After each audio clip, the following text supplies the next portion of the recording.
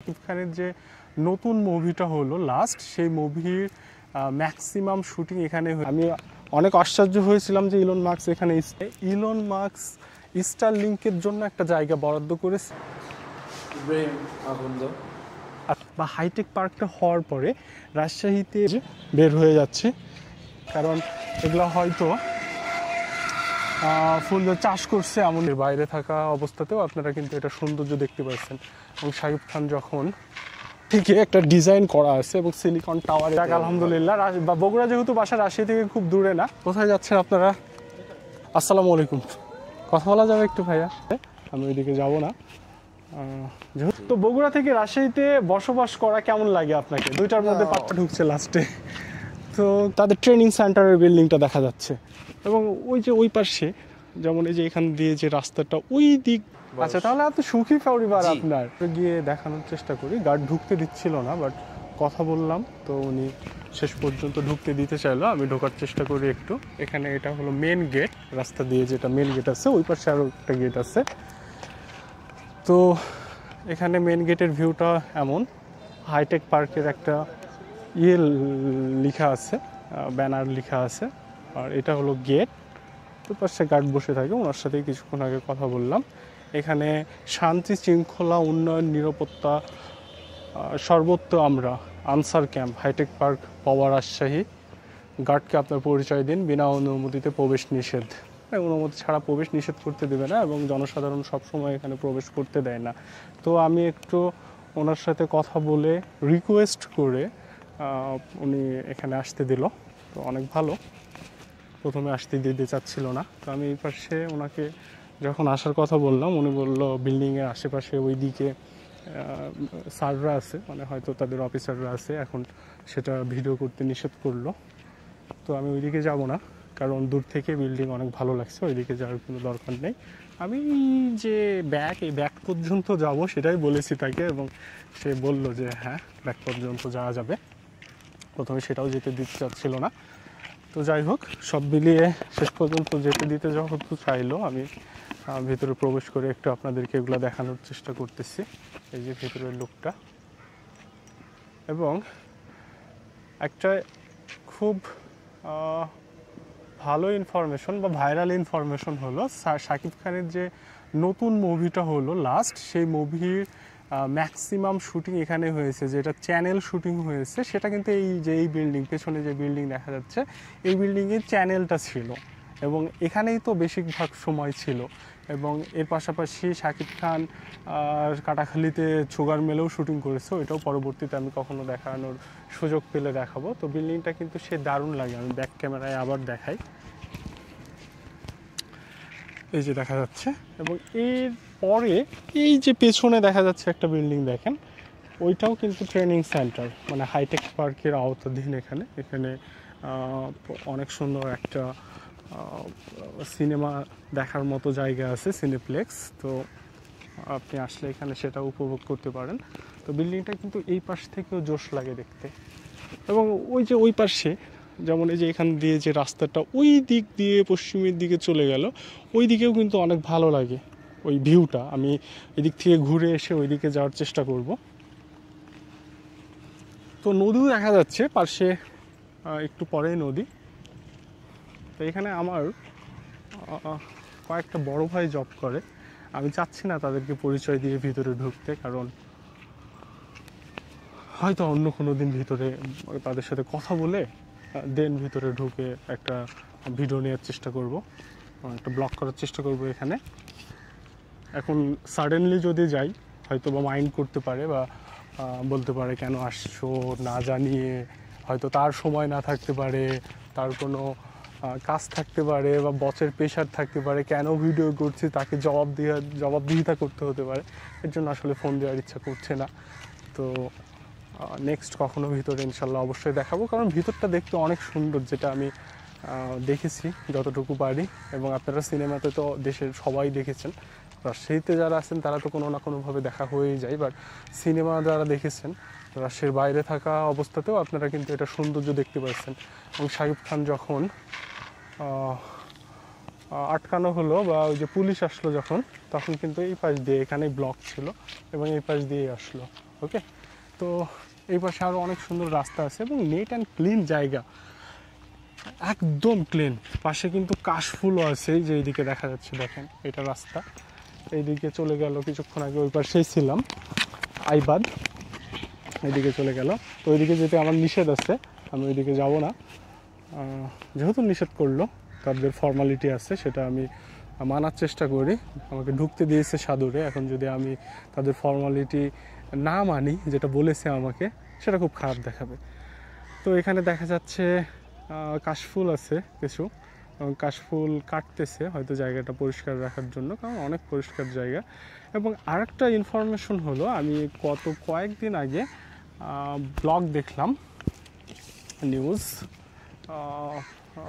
কোনো একটা, এটা নিয়ে ডিটেলস আমার সেভাবে মানে করা হয়নি, রিসার্চ বা দেখা হয়নি, কিন্তু কোনো একটা ভালো ট্রাস্টেড চ্যানেল থেকে দেখলাম যে রাজশাহী হাইটেক পার্ক সিলিকন টাওয়ারের এখানে ইলন মাস্ক স্টারলিংকের জন্য একটা জায়গা বরাদ্দ করেছে এবং সেটার জন্য সে এখানে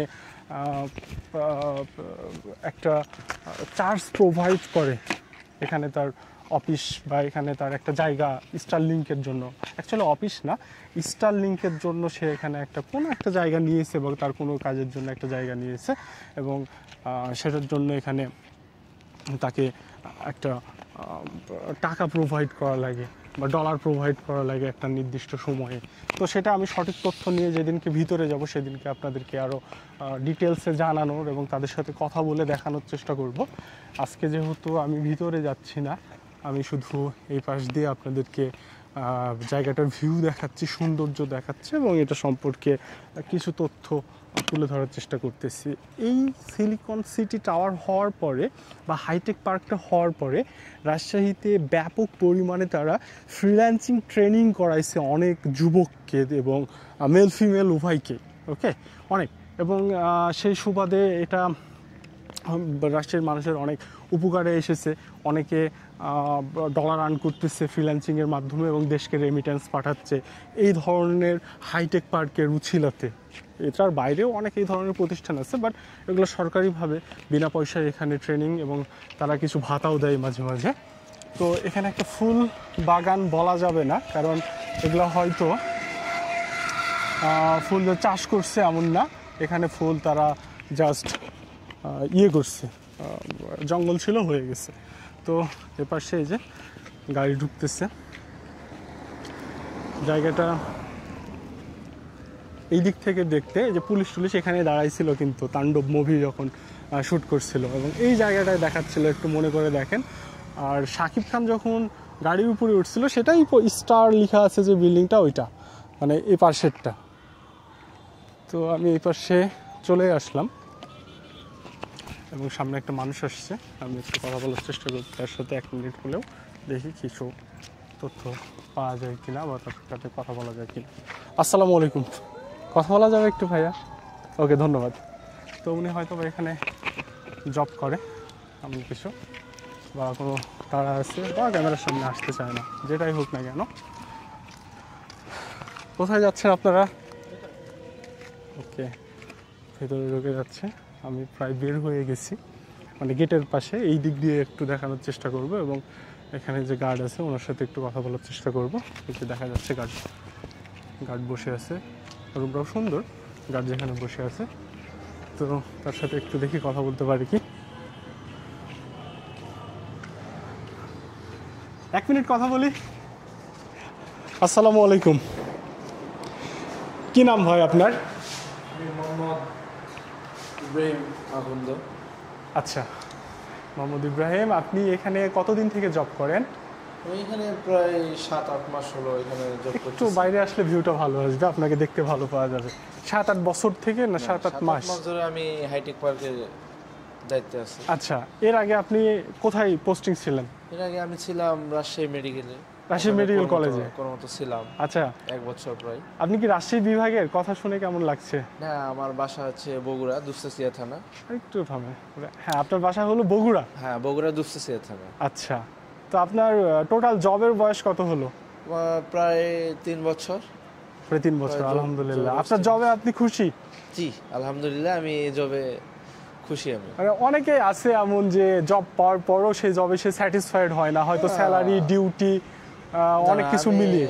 অলরেডি সবখানে ইনশাল্লাহ ভালো আর কি, ডিউটি কর্মরত যেখানে ইনশাল্লাহ যাক আলহামদুলিল্লাহ। বগুড়া যেহেতু বাসা রাজশাহী থেকে খুব দূরে না, তো আপনি বগুড়াতেই বড় হয়েছেন ছোট থেকে? জি, আমি বগুড়াতে বড় আচ্ছা, হয়েছি। জব লাইফ কি রাজশাহীতেই শুরু? জি, আমি এখানে মেসেজ পাইছি, আমাদের মেসেজ দেয় মোবাইলে। আচ্ছা, ও মেসেজ অনুসারে বিভাগে আমি মেসেজ পাইছি, বিভাগে ইয়েস করছি। আচ্ছা আচ্ছা।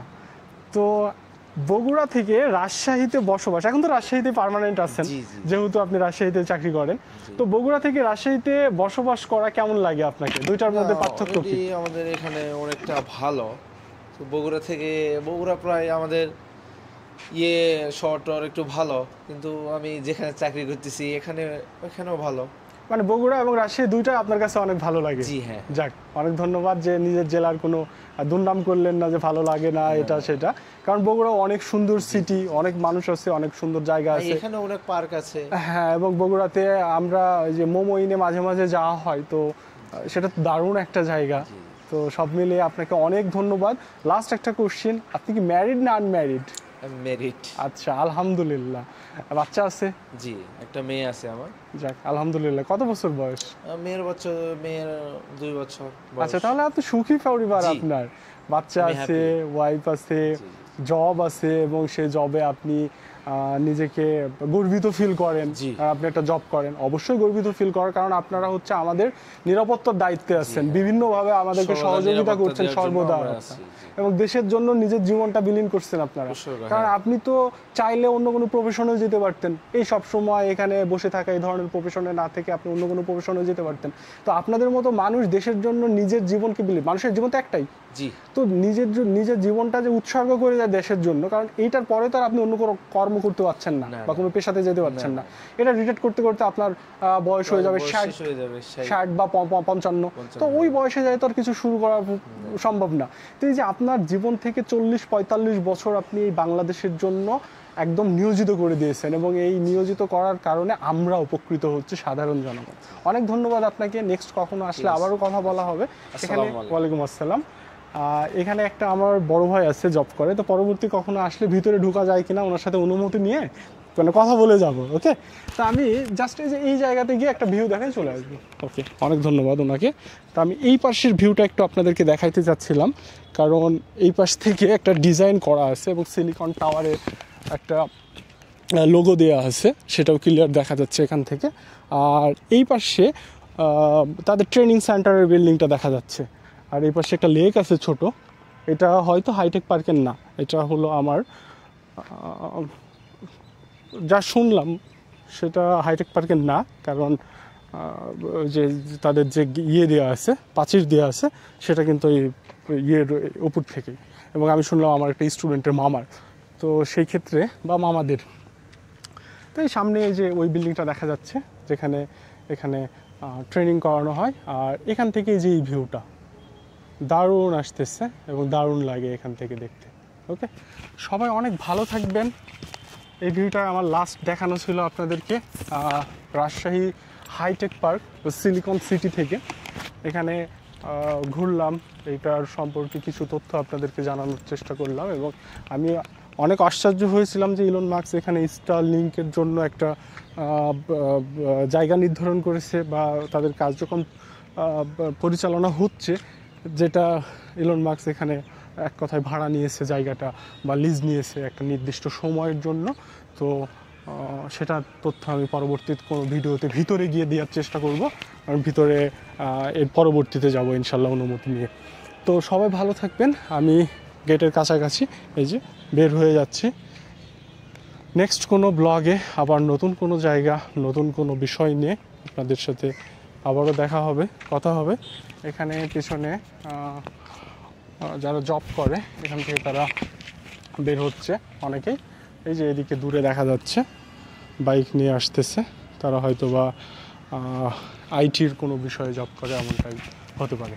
তো ফাইনালি আমি আবার গেটে চলে আসছি, এবং এই ভিডিওটা এখানেই শেষ করতেছি। নেক্সট কুত্তা ঢুকছে লাস্টে, তো কুত্তা ঢুকার মতো জায়গা না, আসলে নোংরা কিছুই থাকে না এখানে, তো হয়তো বা এমনিতেই ঢুকে গেছে। নেক্সট কোনো ভিডিওতে আবার দেখা হচ্ছে। আল্লাহ হাফেজ।